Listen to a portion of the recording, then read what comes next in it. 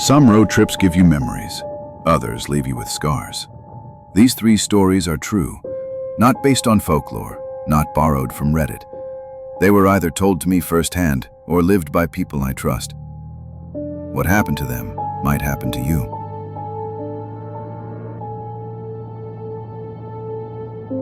This one came from a trucker named Manny, a 25-year veteran of the road. Back in 2012, Manny was hauling freight through Nevada, late night, cutting through US Route 50. They call it the loneliest road in America. Somewhere near Middlegate, he saw a convoy of 3 semi-trucks ahead of him. Same speed, same company. He tagged along, kept pace. He remembered their call signs too. The lead truck kept checking in over CB. "Convoy check. You boys good?" Manny responded. The 3 drivers chatted, joked, shared weather updates. Then, as the sun started to rise, all 3 trucks took an exit Manny didn't recognize. He didn't follow. It didn't feel right.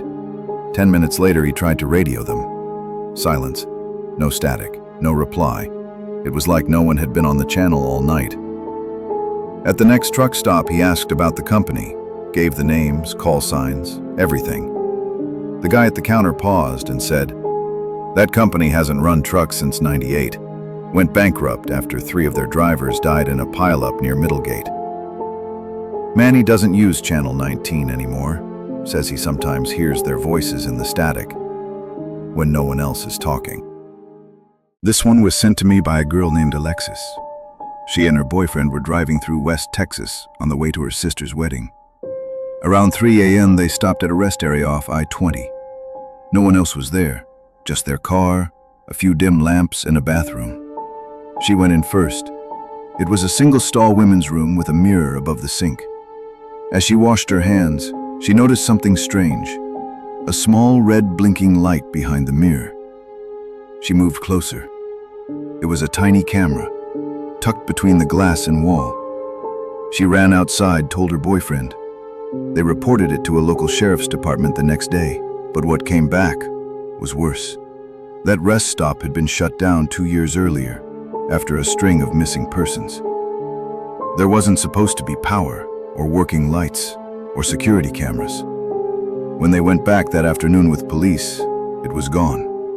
Barricaded, overgrown, and the mirror had been smashed in, as if from the inside.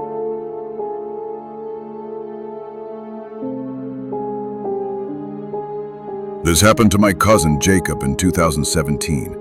He was driving from Missoula, Montana to his new job in Oregon, a long solo drive through mountain highways and forgotten towns. He left late, around 9:30 p.m., hoping to beat traffic. Around 2 a.m., somewhere near the Idaho border, he passed a sign, mile marker 313. He remembers that number because that's where it all went wrong. It was raining lightly. He hadn't seen another car in miles. But then, just past the marker, he saw a girl walking alone on the side of the road, mid-teens maybe, soaking wet, wearing what looked like a Catholic school uniform, despite being 30 miles from any town. He slowed down. She didn't even look up, just kept walking. He drove past, but something felt wrong. Guilt, maybe. He turned around and headed back. But when he reached mile marker 313 again, she wasn't there. He figured she must have gone into the trees. He pulled over, shined a flashlight, called out. Nothing. Just as he got back into the car, his phone vibrated. A single notification from Notes. That app had never been opened that night. The message said, "You should have kept driving." He stared at it, stunned. Then he realized his phone was in airplane mode. He turned it off, floored the gas, and drove until sunrise. He deleted the note. But the next night, at exactly 2 a.m., it reappeared. Same words. He doesn't drive at night anymore. The road doesn't care who you are, but it remembers where you've been. If you've ever driven past something that made your blood run cold, let us know in the comments. And next time you take a road trip, watch the mirrors and never stop for mile marker 313.